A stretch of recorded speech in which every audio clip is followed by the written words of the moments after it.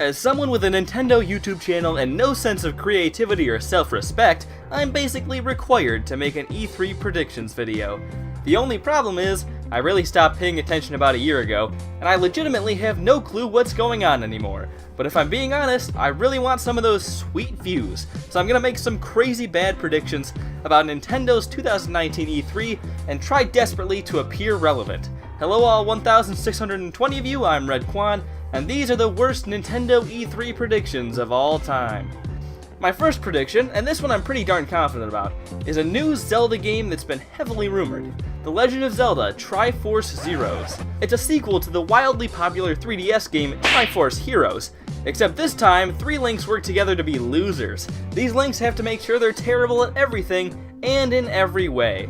Now, even though there have been a lot of rumors about this one, and I'll be honest, I started all of them, I'm sure people will still be skeptical. It's always the same old shenanigans. People always come in with their, "that literally makes no sense," this, and their, "I don't think you realize how stupid you sound, Redkwan, I hate your guts," that. But then again, people are pretty dumb.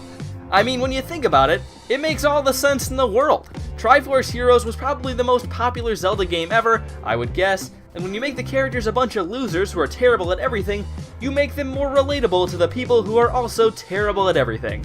You wouldn't understand, but trust me, it makes sense. The next thing Nintendo will probably show off is DLC for Super Mario RPG, the SNES one. Now, a lot of people really like Super Mario RPG, the SNES one, and Nintendo, being the idiots they are, didn't put DLC in it. What dunces! But Nintendo probably realizes at this point how bad they screwed up, and I'm pretty sure that now is the right time to finally add some DLC in the game. It's an RPG, so I'm sure they could do something for it. Probably. Now, I understand that people who are too stupid to understand Nintendo as well as I do may ask, like the stupid fools they are, why Nintendo would add DLC to a game that's on the SNES. Super Mario RPG, the SNES one. And obviously, it's a really popular game, so there's that, and it doesn't have DLC yet, so there's that, but the biggest reason is that I think Nintendo wants to make a new Mario game at some point, and what's a better way to get people excited for a Mario game at some point than by adding DLC to Super Mario RPG, the SNES one. Oh, that's right, there isn't. And if you think it's too old of a game, then for 1, you're stupid, and for 3, people still think Nintendo's gonna add DLC to Super Mario Odyssey, so is it really that much of a stretch? Obviously, Nintendo is going to talk a little bit about what's next in terms of their systems. I think it's a little too early to talk about what the Nintendo Switch's successor will be. I mean, even speculating at this point would be completely insane. If you know somebody who's done that, I'll have to beat them up for you. But I do think that Nintendo will show something new with the Switch. Now, obviously, if they announce something dumb like that they're going to be completely revamping the online service and making it free, adding a virtual console, giving a massive price cut, making a Switch that can play games in 4K, or other boring stuff like that, people wouldn't really care. But Nintendo knows this. Obviously, the only thing they can do that would be exciting is by revealing a feature that the Switch has had the whole time that nobody knew about. I'm thinking it would be cool if the Switch actually had a built-in laptop the whole time. Not like a laptop keyboard, like an actual laptop. I think it's pretty likely. I mean, like I said, that's the only way they could even hope to make people excited for what they're announcing, and what else could they really hide in it?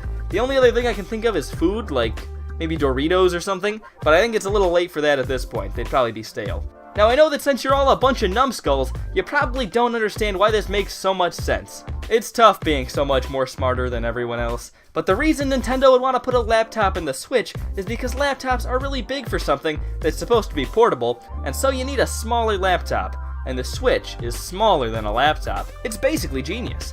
And I think Nintendo will probably wrap up the show with one big, huge mega game announcement for 2020. Of course, this is the big finale of the show, so they have to make something pretty phenomenal, and I think I know exactly what it'll be. Now think about the most iconic, memorable games from the history of Nintendo that never got the follow-up they deserved. I thought about Mother 3 for a little while, but I know people don't really care about that, and then I thought about Pikmin and realized that I need to make another Pikmin video immediatamente because I'm incredibly lazy, but nothing really made sense. It needed to be something huge, and then it occurred to me. It was so obvious, it's almost embarrassing that someone of my genius didn't spot it quicker. Nintendo was going to end E3 2019 with the announcement for a new Wii Play.